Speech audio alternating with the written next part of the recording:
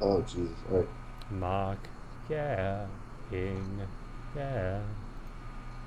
Yeah, not so much.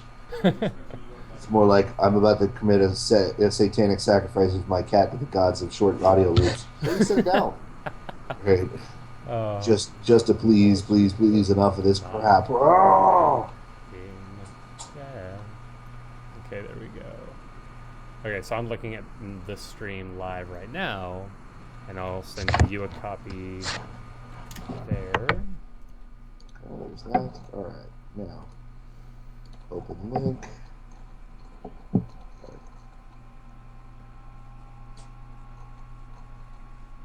Okay. I think I will do my due diligence and toss this up on Facebook for the fuck of it. Say, hey everyone, randomly live Okay. streaming. You definitely can't run this audio at the same time because the stream that's coming in off of YouTube is like 45 seconds behind what we're saying. Well, no, I know. I'm not using that. It's muted. I was listening to it for a brief second to see if it was actually playing anything. So, Okay. Why won't you let me play it to Cody? What's wrong with you, computer? All right, now I'm experiencing technical difficulties on my side. Okay, I want to share it to. What the hell? Or I can't share a live stream now? What the fuck? Ugh. All right. Let's see if I can. okay, so got to. It's times like this that I almost wish that I had like my other screen. Let's see what I can do here. Cause That's that. That's this. I need to pull this over here. Let's go small on this side and make this smaller. That should make this easier.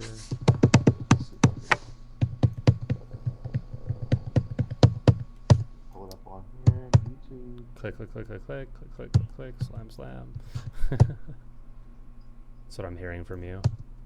Yeah, well, you're gonna hear that because I'm abusive to my computer. But I gotta grab I my cell generally, phone really quick. Hang on. It went off. I generally hate fuck my computer.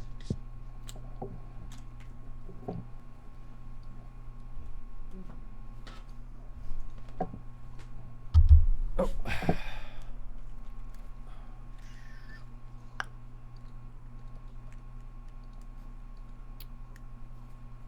There we go. No, come on. Time for a Google search.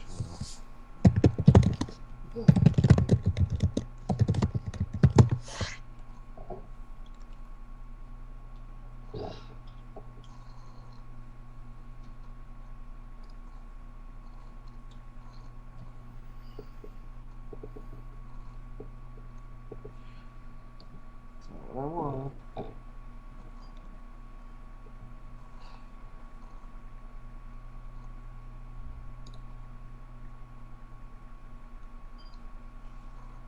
We're doing tech setup right now, so I have it. It's added to Chrome. So what the fuck is the problem then? Well, what's the problem?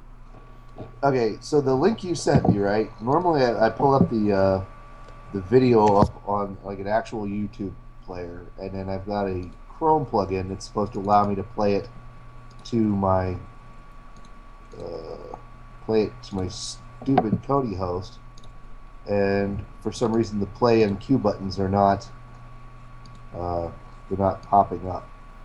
Hmm. Like it's definitely working because I can access the volume control remotely, but it's not allowing me to share it out for some effing reason. Uh,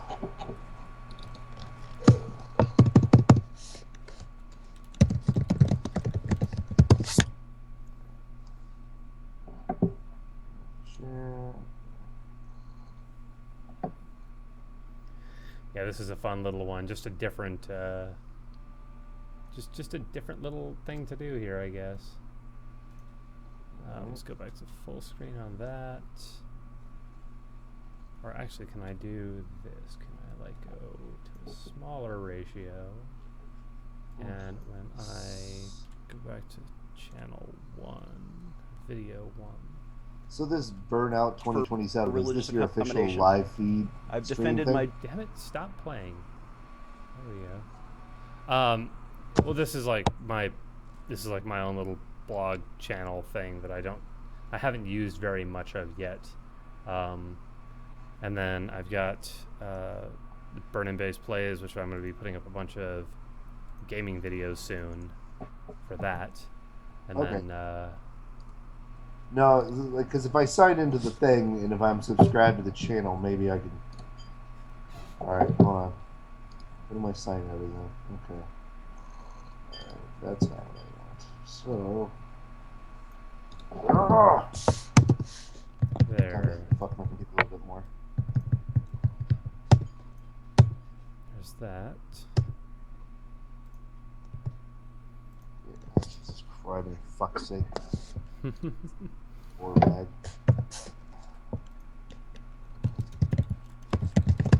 Every time the YouTube plug-in fucking let's see.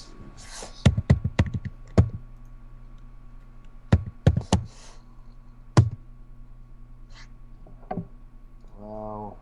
Okay. Well, the nice thing is now I can move this smaller video around and be just fine.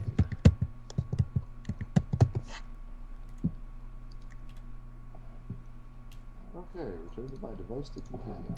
Okay. Alright, yay, alright. Subscriptions. There we go. And it popped up. So let's see if it'll pull up now. Okay, cool. It's full screenish. Okay. Sorry about that. I had to blow my nose. So I'm like, no, I'm going to pause my audio for a moment. I'm thinking I may need to move a few things around over here so I can get to my audio mixer easier.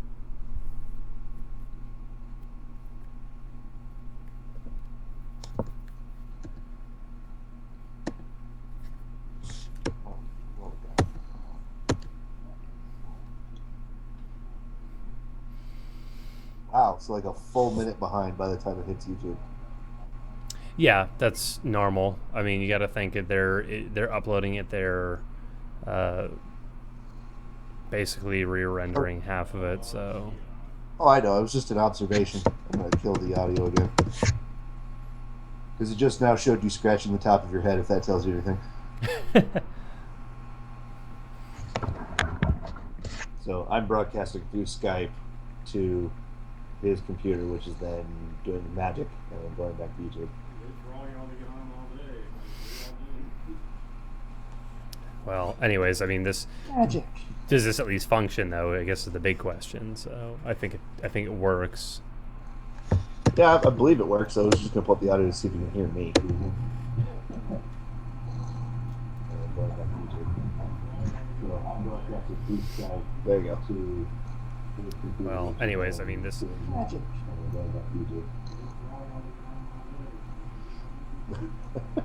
You hearing yourself okay? Because I don't have the. I only have the stream up as a visual reference. Yeah, no, I'm hearing you just fine. The question was whether or not the audio from me was going to come through properly. And how is it sounding to you? Sounds fine to me. I mean, I hate the sound of my own voice, but everyone does. Well, I have a question. Do both of our voices sound natural? Okay. Well, audio success. I'm hearing you just fine. Yeah, and I just tested. I heard you exactly as I hear you right now, so I think it works. Okay. So the concept then. Yeah. So this is. I think this is what I need to do now to be able to do this stream and make it kind of worthwhile. You know. Right. I'm gonna kill the audio on my side. We're gonna get started in the loop track in here. Yeah. All right. Yeah. So you may not be able to see my face right as I say something or whatever, but I don't think that really matters. No, it's more like max headroom. I did it again. Started going in and out. Yeah, it's like it max headroomed, and then it got really loud, and then it went back to normal again. I don't know what that artifact's coming from, though, unfortunately. Like I said, all it's saying is that the connection between the two of us is not that good right now. My audio stuff is always at static. I don't let it do any automatic adjustments. Right. That means it's something on the actual VoIP server that's causing this, not us. Yeah, that's kind of what I was figuring. Yeah, so that's why I was asking which protocol you were more wanting to use, because like I said, I can use Google Hangouts or Skype or whatever it is that you need to use. So, all right, now this watch together thing, I've never used it before. So, will this allow anybody to drop in content, or is this? Yeah. So if you let me go to a different page and just have just this up on it. Screen cap. Just come over here. Okay. So down here in this lower area, just below the video, you can go to YouTube and it says either search or paste link in YouTube, video, SoundCloud, Twitch, all those places. So you can grab a video, like if you have a specific playlist or whatever, you can look at it through YouTube like normal, and then drag and drop it over here like the link. Well, I'm searching through right now. So yeah. So if you find some random crazy person thing, you know. There you go. Like I'll just do it. Like, I'll just pull a random flat earther video. It should be funny enough to listen to. Okay, I guess I will have to actually pull it up. All right. Fucking craziness. Well, no, like what I just did was I went to. No, it's not pulling it up in the inbuilt YouTube search. So, yeah, I see the flat Earth thing you popped up. Yeah, so like you can just go down and click add to playlist, and it worked already. It added to here, so you know. And you can go in and do right wing. Yeah, there we go. Go to right wing watch, and it'll bring up all their a lot of their latest videos and things like that. Right. So what I was saying though is that the specific video I was searching for that just came out today wasn't coming up in the dashboard search results. So, gotcha. So it wasn't that it's not there. It's just that their API for accessing YouTube wasn't pulling it up. Oh, I understand. I gotcha. So. See, I'm just now seeing it. So you've seen the video just now got to the point where it shows you going through and looking at right wing watch. All right, that's cool. So I can actually throw video up on there. That's neat. This is free service or what? Yep. Wow. That's fucking cool. Yeah, and like I said, and now that we've gotten this done, we can literally just sit here and do a standard little like miniature podcast for like the next half hour. We'll just watch a video or two, you know, little tidbits of stuff. We can chat about it, whatever, kind of like we did with the actual podcast.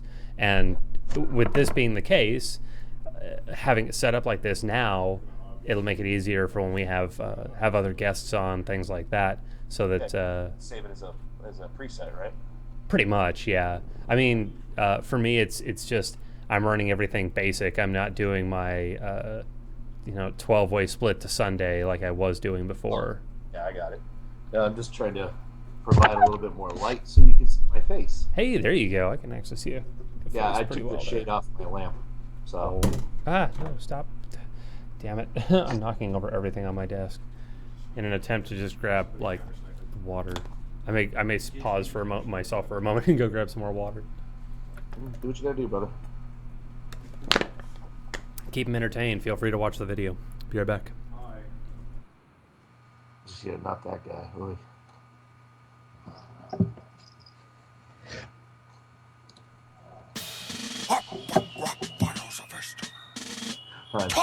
Wait for it.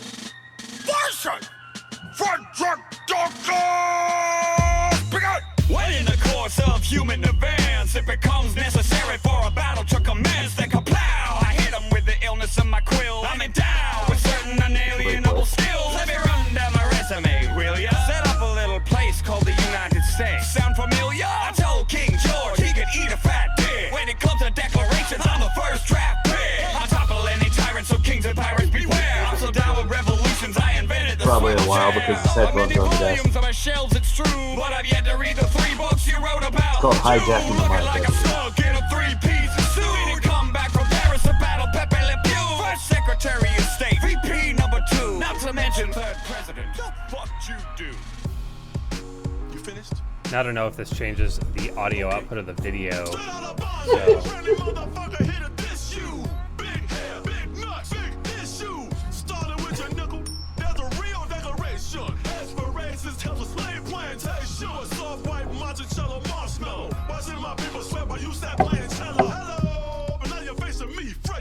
I never worked for your ass, but I kick it for free. Oh, your stone face on Rushmore ain't nothing. Check my photos, now that's real mugging.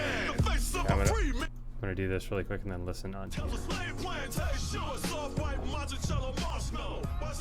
Okay, that's good.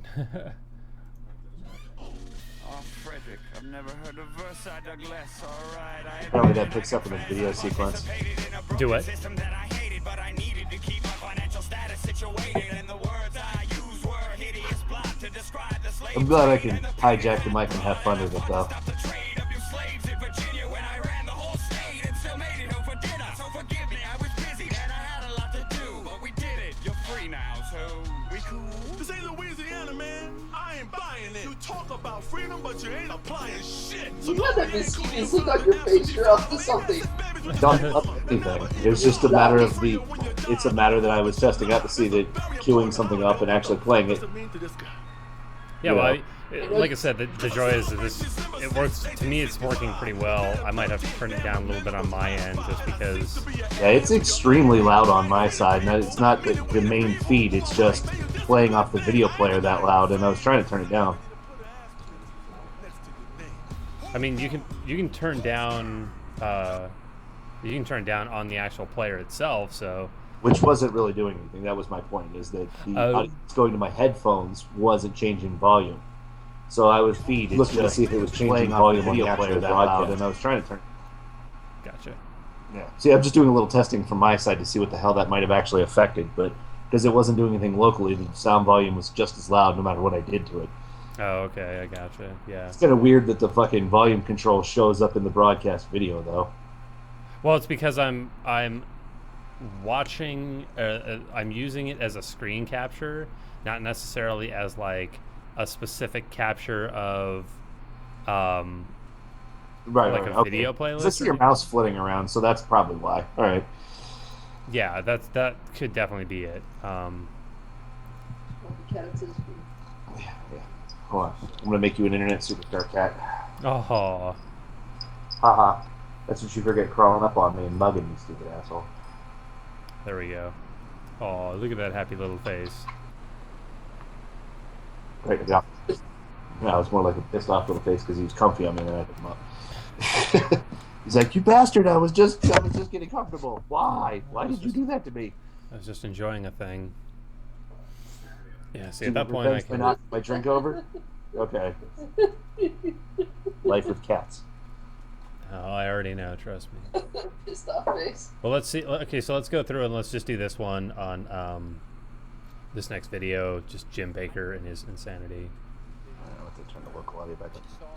Yeah, I will have to too. And she saw lines of food.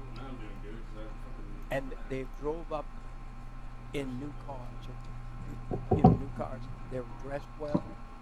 God, it's so And she quiet. Assumed that It's it was weird. suddenly. Yeah. Because their clothes He's were not a very still loud intact guy, though, and they were wearing fortunately. Yeah, I'm gonna pause it and listen to the audio stream really quick. She saw lines of food.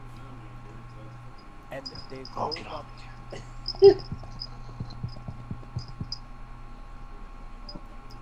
God, it's so Profit. quiet. Assumed that it was suddenly. Yeah, you spelled the Because their profit clothes with the were wrong still intact. letter at the end there. It could be worse. You could be laying on your laptop. Get off of my couch, cat. Yada yada. Go on. Go on, fatness. Go on, fatness. Fatness the catness. Yep, that's the fatness. Or Fudgy the whale, however you want to call it. Yada. Yada. Alright, so Yeah, there we go. I got the audio working on my side now. It's coming through better with it up, but that rap battle was just excessively loud. I know, and that's I was trying to see why the volume control in the thing wasn't lowering the volume for all listeners. It was just I don't know what the fuck it was supposed to do because it wasn't doing anything for me. I don't know. No, that's another sound artifact of using a capture, probably. Possibly, like I said, it's still. I mean, all this is still a work in progress, you know. So I'm working with what I can on it. So, No, totally get it. See, normally if I'm going to talk to a camera lens, I have a hard time focusing just on the lens. yeah. So, I can't do it. Yeah, so what I'm going to have to do is probably get a little face and There we tape it go. up in front of the monitor. Now, I mean, to be fair, like the for a lot of the other podcasts I watch, for like the Drunken Peasants, for example, when they when they're doing stuff. Like the guy who's running it, who's Ben, he's almost never looking directly at the camera. TJ and Scotty, they're kind of just chilling out like this, just watching whatever's going on, because they've got a monitor in front of each of them too. I think they've got a tri-monitor array in front of them, so which would be nice. Well, I was to say, like, that was just a little critique that I was going to throw out there, not to be a dick about it, was like either you need to have your playlist set up ahead of time for your transitions, like have an A and B block, something like that, blocked out where you're going to go by time, and then have one of you guys with a tablet or something to control it. You know what I mean? Well, I mean, I can control it all. I can control it all by my just my keypad. Like I said, my issue is it's a matter of remembering it, because at the same time that I'm talking about stuff or talking or listening to whatever, you know, Briggs is saying or anyone else is saying, and I'm also trying to watch the video and pause it and be able to go through and do the transitions. Sometimes it's a little bit much, so I need to like... Right, you need like somebody who's dedicated on standby as an engineering point, is what I was saying. Yeah, you know, kind of. It wouldn't be like you say, we're gonna do do this broadcast during the A block. We're gonna talk about this video. Then we're gonna pull up this website, and then we're gonna do this, and then basically just have somebody off to the side who's not part of the broadcast, who can click through the presets, who knows what to do. That way, the transitions look smoother. Yeah, I'm saying if you want to be high speed with it, that's all. You know, it's too much for you to have to handle by yourself is the problem. Well, it doesn't help when I'm a bit drunk or, you know, on my... Even if you were running full speed, it's still, you're having to divide your attention three ways, so something's going to suffer. It always does. But you know what, to be fair, it's not until very recently that I've actually started being the one to speak at the same time that I'm doing this. So I used to just kind of stay quiet, let Brigham kind of run things, and then I was running the switcher a lot more. Mm-hmm. So it's just a bunch of different like little things, and I'm learning as I go, so it's fine. See, like, that's when you should drub the husband over the head and be like, "Come over here and press buttons." Like, you're gonna be my broadcast monkey. He's totally not into any of this stuff, and I wouldn't want to just force him to do that. He wouldn't want to be my broadcast monkey. Dance, puppet, dance. So, well, let's see Jim Baker's craziness here. How about we do that? I don't know if you've seen Heidi Baker's vision. She saw America, and she saw lines for food. Profit. And they drove up in new cars, or new cars. They were dressed well, and she assumed that it was suddenly. Yeah, because their clothes were still intact, and they were wearing nice clothes. And she said God warned her that this is going to happen suddenly. You should look like a bum in order to be a bum. What a bitch. And the rich will be standing in food lines. And that backs up exactly... Wait. The rich will be standing up in food lines in a first world country. I mean, yeah, just saying, that doesn't seem very likely. Nope. That's the whole point of being rich, isn't it? Right? Exactly. Now, you see the little mic thing that he's got hooked onto his head there, right? Yeah, he's got That's what I really need. Yeah, I really wish I could get a hold of one of those. Those things are fucking expensive, though. Yeah, they are. We have like 15 of them at work, and the little capsules on them are just so crazy. Right. Like, but if I were to use that, for example, I would have to have this. I've got a little adapter at work that I use on them, which is, it goes from XLR to the specific style little input mic that's actually meant for a lavalier microphone. Yeah. Well, I'm saying, it's like, I've used one of those before, and it was really fantastic. Then I looked at the price tag, and I about fell out of my chair. Yeah, that's a pretty common reaction. It's like, wait, what the what? They're awesome, like though. You can get a full medical hearing aid for less money than one of those. Yeah, but to be fair, their audio quality out of those things is absolutely outstanding, and they're so durable. Oh, yeah. No, I'm not going to say you're not getting what you're paying for. I'm just saying is that you're paying for yours because it's a low production item. Why, what's up? No, I know I have to work tomorrow. Shit. Speaking of which, I have not, since I redid my phone, I have not re-added my alarms. I should probably do that, but let's get back to this. You be ready. Be ready. Are you ready to serve God if they're going to cut your head off? Seriously? Wait, are you ready to serve God if they're going to cut your head off? I don't think you can serve anyone with your head cut off. And what is he get? What are they going to serve? Your fucking bonus buckets? Like, look, you've got fucking hundreds of these bonus buckets, man. It's like 7,000 meals worth of stuff for like $1,300 or $3,500 or some shit. It's ridiculous. Well, if you lose your head, you could always just be part of the cavalry because you could always be a headless horseman. Oh yeah, true. So, I mean, I'm guessing there's only one small part of New England that actually services the crowd that he's worried about. You know, it's like God only exists within the boundaries of Sleepy Hollow, Massachusetts. You know, nothing that comes out of this guy's face is logically created. Well, of course, like, you know. Putting aside the religion. I'm saying putting aside religion. Even he's like listening to fucking Glenn Beck. Well, both of them are out of their minds. Yeah, well, there's no cohesiveness to what they talk about, and it's like I don't understand how anybody follows them, like follows the thread of what they're saying, let alone actually follows them. It doesn't make any sense to me. Well, I mean, the only people that actually follow these guys are, if you look at their audience, none of these people would last the apocalypse. Like, they don't have much longer to live as it is anyways, especially eating the bonus buckets of food that they serve them while they're there. I'm pretty sure that by the end of the afternoon, their stomachs will implode upon themselves. Just a thought, bonus bucket. There's never been a food that has come in a bucket that has been good for you, ever. They last 27 years. Like, none of these motherfuckers in this audience are going to last 27 years. That's for goddamn sure. But still, all right, they last 27 years.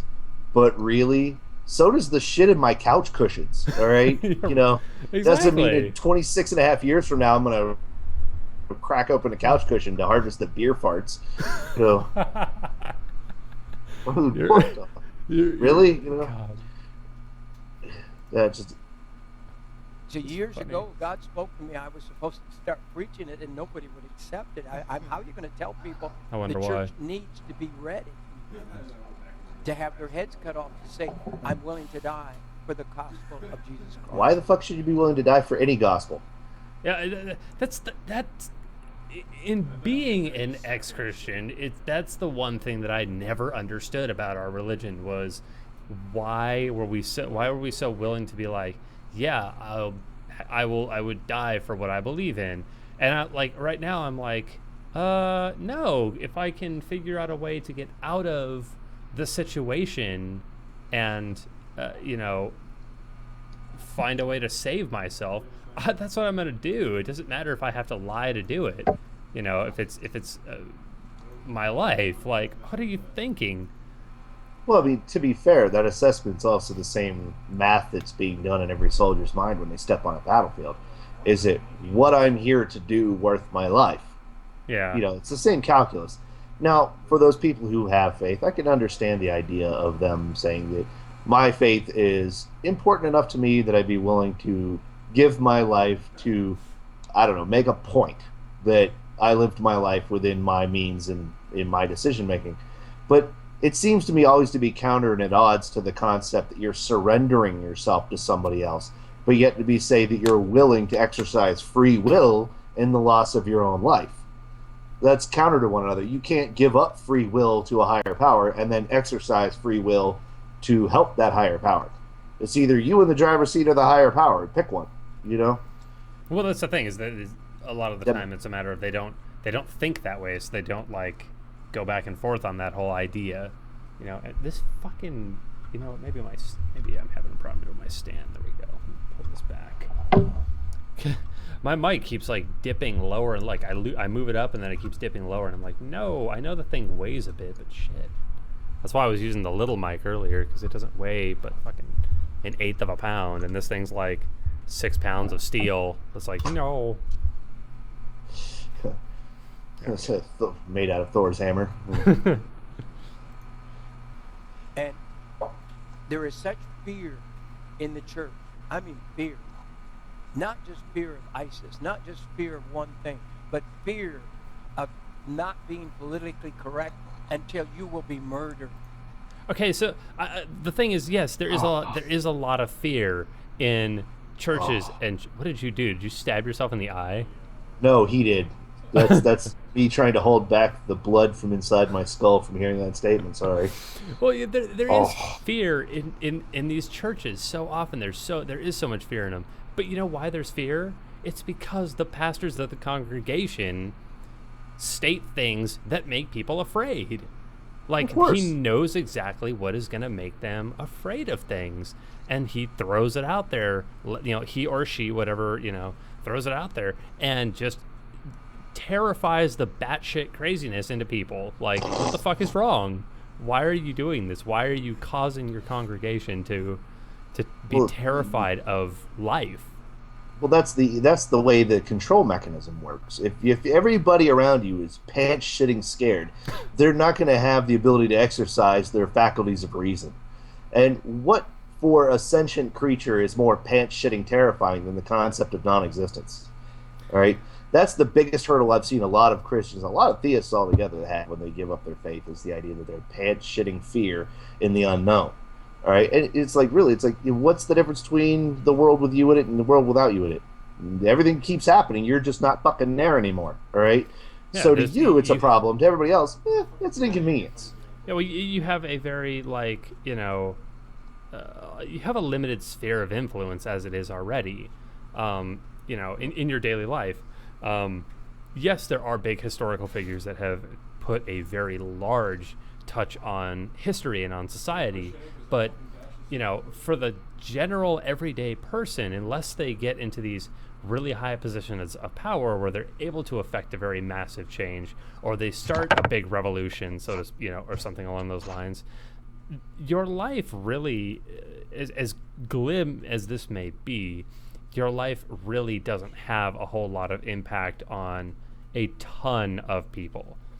I mean, yeah, you can have a large impact on a lot of people in your life, but you will also have just a lot of nothing from it too. Mm-hmm. So I don't know. It's one of those situations where, to me, it just seems weird. I know that it's a control mechanism for them, but that was the biggest thing I know that I had to do when I got out of religion was face face and accept the fact that there isn't an afterlife, that this is the only life we have. But it changed my mind. And sorry, I'll let you speak. Oh, no. I mean, no, I'm just agreeing with you in the background, because, yeah, I mean, that's the problem, though, is that getting over that hurdle, the conscious, like, not the logical understanding that there's a physical manifestation of the end of your life, but actually the emotional agreement with that reality. You know, every person does that at some point in their life, but when you're presented with something that is truly terrifying, such as the end of your life and non-existence afterwards, when somebody's able to come directly into your face and say, look, you have a choice. You could have non-existence, or you can believe what I tell you to believe here, and your life goes on. That it's not death and then non-existence, it's death and then continued existence. Just a different existence. And that makes it, that alleviates that pain.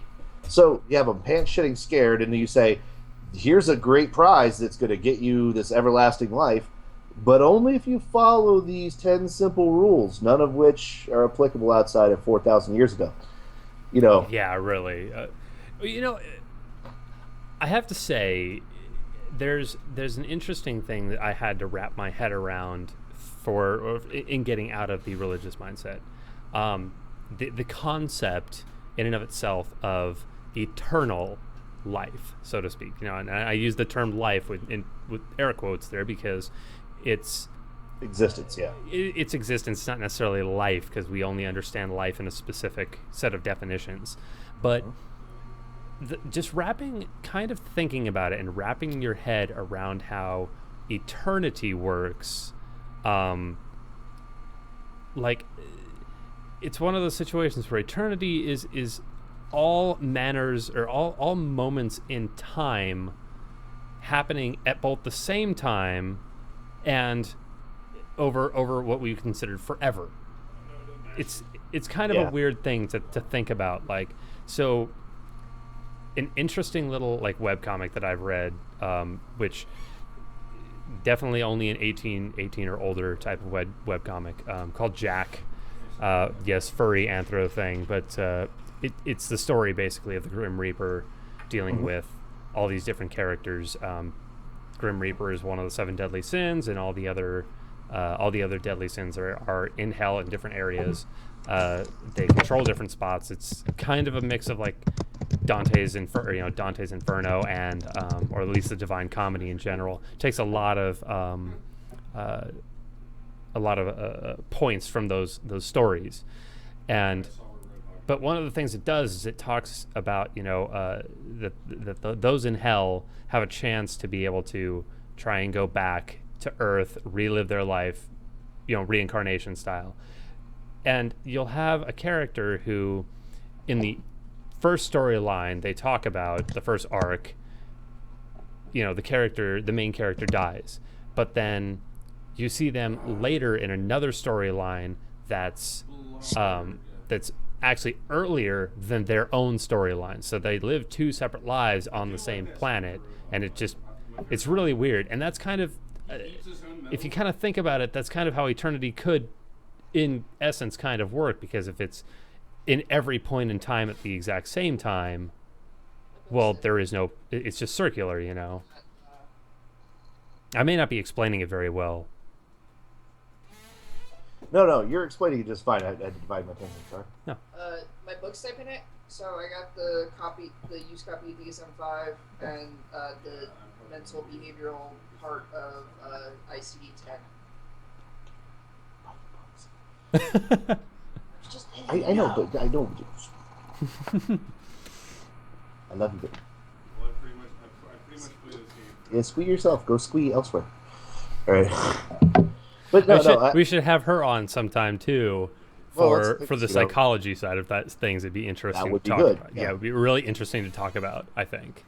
I'm still in the kind of full stage of dealing with her in psychology, where it's like I'm trying to get her to quit psychoanalyzing everything in the environment around her. I talked with her about that. It's the thing that all actually. Psychology students fall into. Yeah, I talked with her about that the other day on the freaking was first time I ever met your wife, and I get into like a 3-hour-long chat with her over Facebook, and asked about things like that. How do you deal with because you psychoanalyze people on a daily basis? Do you do it normally when you're just talking with people? And are you able to turn that off? And it's just like still learning. Yeah, well, that's the trick. Is like I said, it's that they see the problems in people's behavior, but they don't necessarily have the valve that lets them keep that shit to themselves for a little while. So, and it's not just her; it's every psychology student in the history of psychology students. Is that they go, I know what's wrong with you. Let me fix you, and it doesn't work. So, and then they have to learn to moderate that shit in order to be in human conversations again. But, like from the purely philosophical perspective, though, she has a really good grasp on all that stuff. So it's not hard to apply theory when you're not directing it at a specific individual. At least not conversationally. At least is my point. Well, thank you for that compliment. You do have a good grasp on it. That's why you're on the dean's list, all right? Oh, shit! Really nice. She's been on the dean's list since after the first semester, basically. But I was on the dean's list my first year at school, and then it kind of dropped because I had to work. So. Yeah, I'm never going to get on the dean's list. So, I don't understand why you're so freaking. It's not a matter of that. It's the classes that I can and the subject matter that I'm taking. About. Well, no, it's not that. It's I'm having to divide my ability to study those things I do need help with, because just because you're intelligent doesn't mean you have a specific grasp on the topic unless you actually do the work. Oh, of course. And like with algebra, like I'm coming home from algebra class, I didn't take the lab that went along with it, so I come home.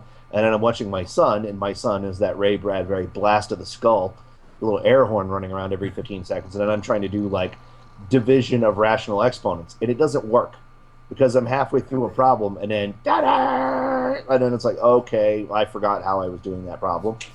And then, I didn't have the time to study for exams, and it's just too much.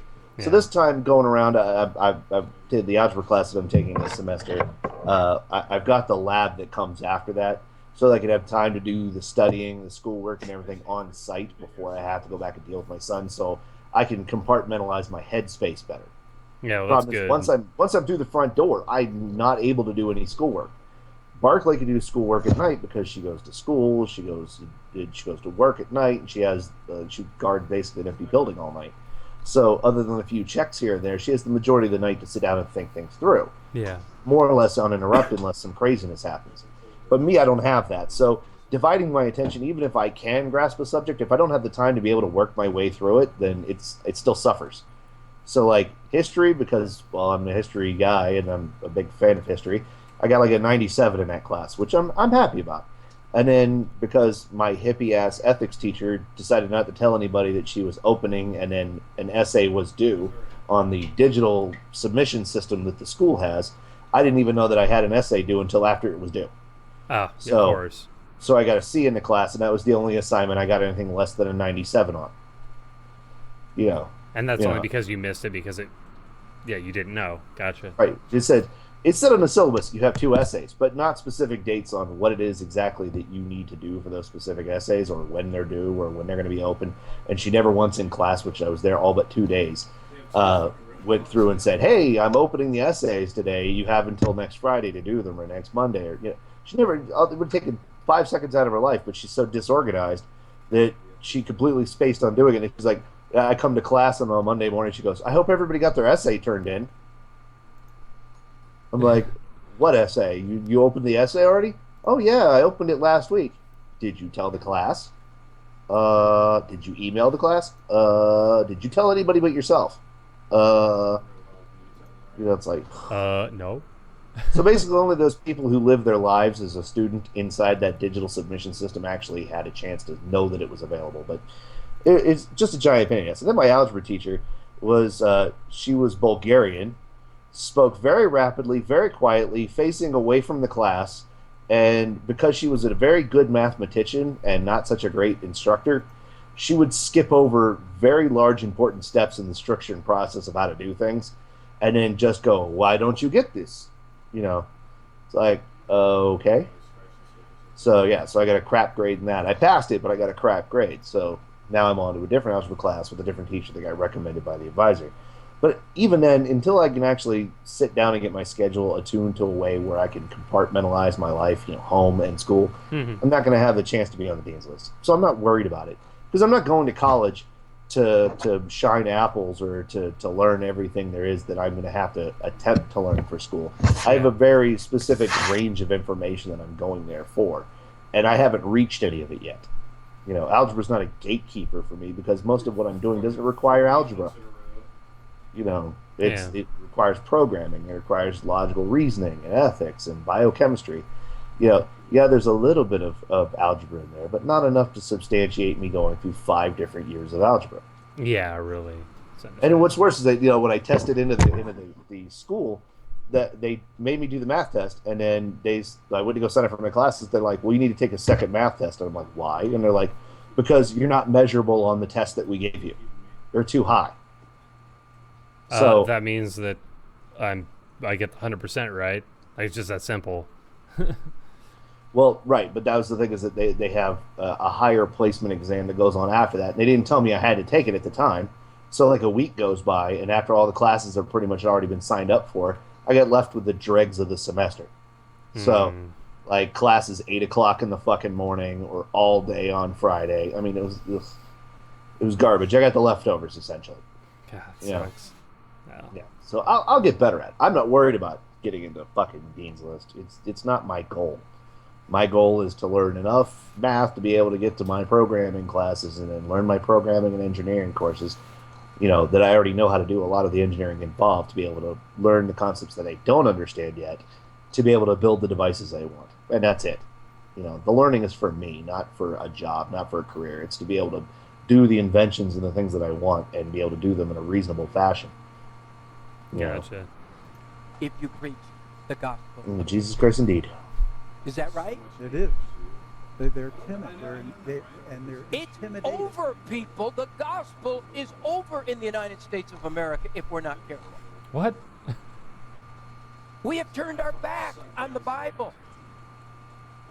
Maybe because, logic and reason are starting to take over a little bit more so than, faith and spirituality, or at least faith and belief in something that's unfounded.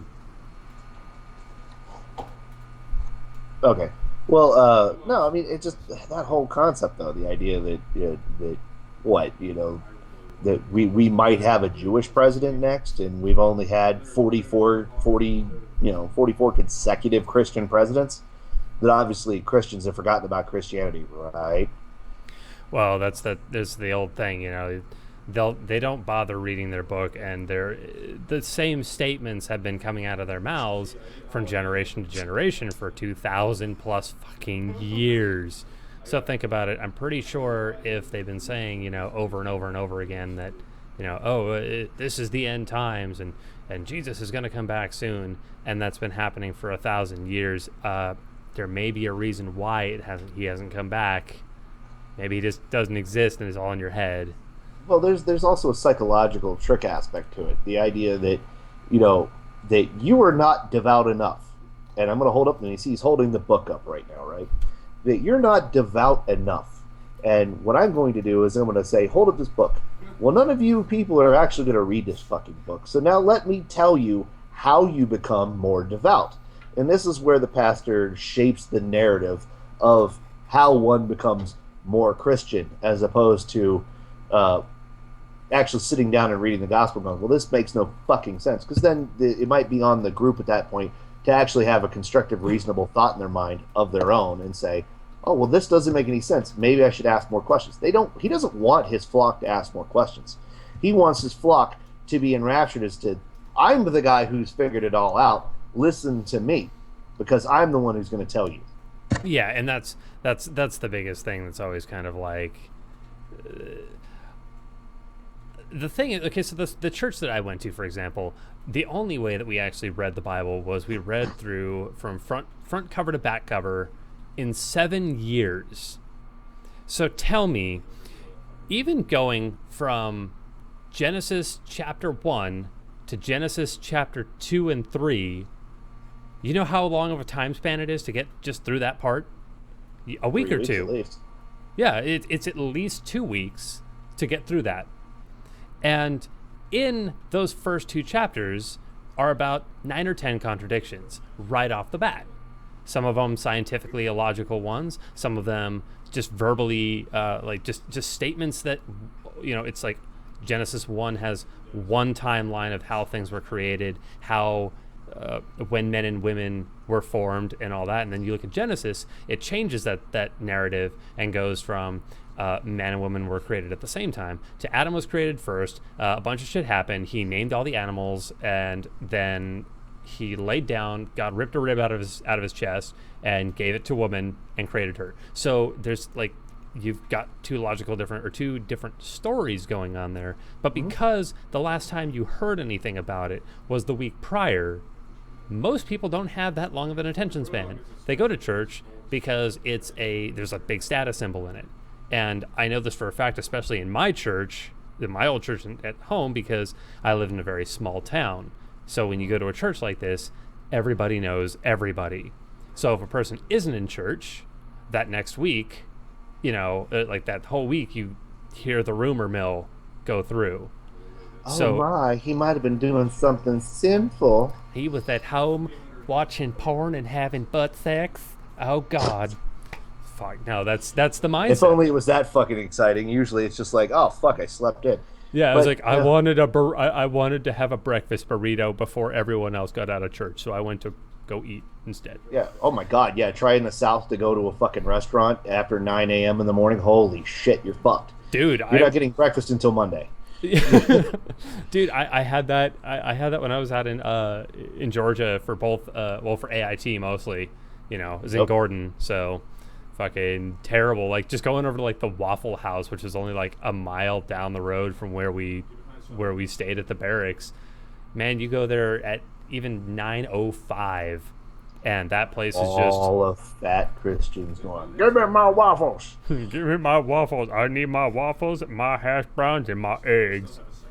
Well, yeah, so you got to wash that fucking Eucharist off the top of your mouth, but I mean, I grew up Catholic. You know how fucking early you get up for Catholic Mass? Yeah, I had to go to. You don't ever go to one. sleep. You're already at mass. You don't realize it yet. You're already up for tomorrow's Catholic mass. You just don't go to sleep. The strangest thing, honestly, that I had ever heard was I was drugged to a Catholic mass by my ex-wife. Her parents, really. It was her parents' thing. We were out there for Christmas. They're very high-ranking members in the Catholic Church, that particular one. And so they're like, oh, you come to church with us. Okay, whatever. I'll go. I'm like, I'm not Catholic, but whatever. So it's like a Jewish high holiday. The Christmas Mass is pretty much one of the biggies. It's like Easter Mass, Christmas Mass. You got to go to those. It wasn't even actually like Christmas Day style Mass. This was like the week or two prior to it. But it's there. It's just, it's so close to Christmas that they're doing communion and all that shit. And when the priest or the bishop or whatever the fuck title that guy has, he holds up the little wafer and says, "We now proclaim the mystery of our faith." The only thing I wanted to do was just throw my hands up in the air in the middle of everything and say, "Done! You guys are fucking retarded," and just walk out. But unfortunately, had I done that, I probably wouldn't have had a place to sleep for the night. So, Yeah, you can't be like really like, bitches, and drop a mic and roll out. The fun thing to always do, though, if you get the opportunity, if you got to pre-plan this, though, if you go to a Catholic Mass, you got to get yourself some rubber cement, and you got to rubber cement in the groove here in between two fingers. Then you got to go to the grocery store the night before when they do their ice cream delivery, and go get a small bag of the dry ice and throw it in your freezer. Yeah. So the next morning you could take a sliver of that dry ice and affix it to the rubber cement in between the tips of your fingers right here, so that when you dip your fingers in the font, it bubbles and creates smoke. Oh yeah, because I used to do dry ice bombs and shit, and I used to when I worked at the organics restaurant that I was at out in California before I joined the military. They had tons of dry ice, and they're like, "Yeah, you want to take it home? Feel free." So, but what I used to do is when I was cleaning up in the end of the night, just for the fun of it, I would have my music playing. Get one of those big old red pails that would have cleaner and shit in it. Just fill it up with water, stick it up on top of the refrigerator, the reach-in, and just big old block of just dry ice in it, and just watch it just overflow over everything. So I've got this creepy music going on. All the lights are off with the exception of one in the very back where I'm like scrubbing down tables, washing dishes, and I'm just singing off key and being really creepy. 80s horror movie all over again. But no, it's the really greatest trick, though, is you just imagine the edge of the screen here is the font. As soon as you put your fingers in there, you just go, and then just watch the priest's reaction, all right? Oh, terror, sheer terror. No, I made a priest piss himself. Demon! No, he in his life had never encountered anything even remotely supernatural. And he thought that he had actually just seen a demon trying to bless itself right in front of him. And he actually physically urinated on himself. He pissed on his own leg and backed the fuck out of the foyer entrance room to the church and ran into the rectory in the back. Now, mind you, this was a half-full church. So he just said, fuck the entire flock, I'm out. All right? Some warrior for Christ, Yeah. Terrifying. It's like my friend David, he took me to his Saturday service for the Jewish church at the temple. And just for shits and giggles, he installed a beanie spinner on his yarmulke just to see what the rabbi would do. So we go in there, and the rabbi's like, what's that thing on your hand? He goes, and he looks at me, and I'm obviously not Jewish. And he goes, and I was like, Rabbi, how you doing? He's like, you're not part of the tribe, are you? And I'm like, no, I'm really not. It's like, I have family in the tribe, but I myself am not a Jew. And he's like, oh. He's like, well, my buddy here's bringing me here to your service. I just wanted to see the service. He's like, all right, will you be quiet and get in the back? And it proceeded to pull David's parents to the side and give him the 10th degree about him making fun of the yarmulke. It's just funny though. Why not? Jews are real low key about it. Catholics are just shit scared about everything possibly evil. The thing is though, is that what does that say about their mindset when you sit there and do it and just put a little bit of a comical spin on what you're dealing with, just even the tiniest little bit of funny added to it, and it's so wrong, or it's so blasphemous, or it's so dude, I mean, if you take yourself too seriously all the time, your head will probably be sucked up your asshole before you know it. I think that's actually the level of gravitation. Okay. The more serious you are, the more gravitational pull from the top of your cranium to your rectum. Until eventually it forms a singularity and you just disappear out of reality altogether. Just ass ball it. Just. Let me think about it. You get all of these stories trace back, and I saw this. I gotta pull it up and send it to you, but excuse me. or at least tag you on the thing. But it was a friend of mine who's another humanist atheist, and it was like a family tree of all the Abrahamic religions. Well, they all trace but they all trace their way back to one very specific group of sandy assholes in the desert, like 5,000 years ago. And one of them was hearing voices in his head, a key diagnostic reference for what we would view as schizophrenia. Yeah, something. Something that we would totally be like, "Whoa, this guy needs to be in an asylum," or under at least preventative care to make sure he doesn't harm himself. And or others. There's a reason for that. Think about that. The guy carved off 50% of the surface area of his own genitalia because a voice in his head told him to do it. Now, that's harm to oneself. That's something that psychiatrically that we would put somebody under permanent psychiatric care to prevent them from doing that going forward. And then on top of it, he had children and tried to murder his own child until the voices in his head told him not to do it at the last minute, which I think that voice in his head was only his conscience going, "What are you doing, dude?" But he, and of course, it's like he, because of the insanity, he doesn't realize he's insane, but people listen to the story and attribute it to something that is so far out of their knowledge and understanding because they didn't know, like, oh, he's just nuts. No, like they thought it was some magical being that did X, Y, and Z instead of it just being like, oh, the lamb that was there. If this whole story was even remotely true and happening, how do you know that lamb didn't just had randomly walked up on that spot? Right, but you're also not hearing the story from Abraham's perspective. You're hearing it as a third-party retelling. You're not hearing it. It's not Abraham writing down, and then there I was carving my dick in half with a rusty bronze dagger when the voices in my head said, coming out of a sheep sitting in the field over the way, "Good job, buddy." You never hear that. That's not how the story's told. It's always God told Abraham to do this, and he did. God told Abraham to do this, and he did. Well, yeah, because at the time that most of those people didn't have any form of writing skill. They didn't have a way of documenting this stuff. So it was a matter of they had to do it. It had to be written, potentially even hundreds of years later because of it being passed down as a story from one generation to the next. Right, but again, it's never told from Abraham's perspective. So even though looking at it objectively, we could say that under any of the DSM, it matches the diagnostic criteria for paranoid schizophrenia. All right, and actually, it possibly including some measures of a psychotic break.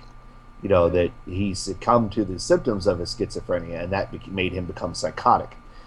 Harming oneself and harming others is indicative of a psychotic break. Yeah. Now we can look at that, and but the thing is, these assholes didn't know where the sun went at night.